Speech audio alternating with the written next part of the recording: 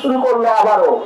কারণ তারা জানে এখন নির্যাতন করলে শ্রমিকেরা প্রতিবাদ করবে, আর ওই প্রতিবাদ হবে দেশের জন্য অশুভকর। তাই তারা জেনে বুঝে এই শ্রমিকদেরকে নির্যাতন শুরু করেছে। আমরা তাই এই নতুন সরকারকে বলতে চাই, এই সকল মালিকদেরকে চিহ্নিত করুন, অতি দ্রুত তাদের বিরুদ্ধে ব্যবস্থা নিন, আর না হলে তারা এই দেশের শিল্পকে কিন্তু ধ্বংস করে ফেলবে।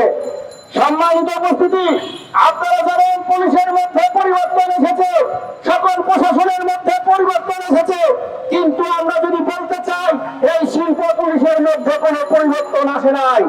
তাই তারা প্রতিনিয়ত এই সকল স্বৈরাচার মালিকদের প্রতিনিয়ত সহযোগিতা করে এসেছে। শ্রমিকেরা কোনো কথা বলতে চাইলে তাদেরকে রাতের বেলায় তাদেরকে হুমকি ধামকি, তাদের বাসায় গিয়ে হুমকি ধামকি দেওয়া হচ্ছে।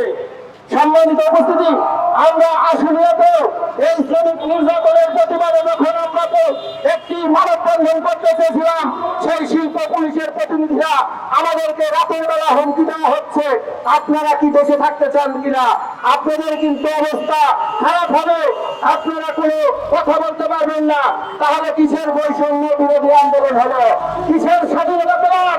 আমরা যদি আমাদের অধিকারের কথা বলতে না পারি, আমরা যদি আমার শ্রমিকের উপরে অন্যায় হচ্ছে সেটার প্রতিবাদ করতে না পারি, তাহলে কিসের স্বাধীনতা পেলাম আমরা?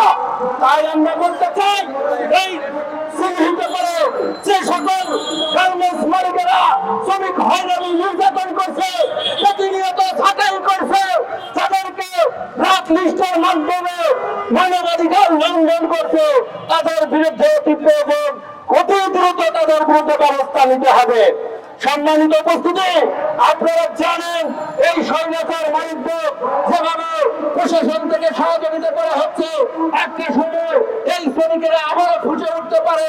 তাই এই শ্রমিকেরা ফুসে ওঠার আগে এই সকল মালিকদের চিহ্নিত করুন, এবং যারা প্রশাসনের পোশাক পরে যারা মানুষের সাথে খারাপ আচরণ করছে, যারা স্বৈরাচারদেরকে সহযোগিতা করছে, তাদের বিরুদ্ধে প্রয়োজনীয় পদক্ষেপ নিন।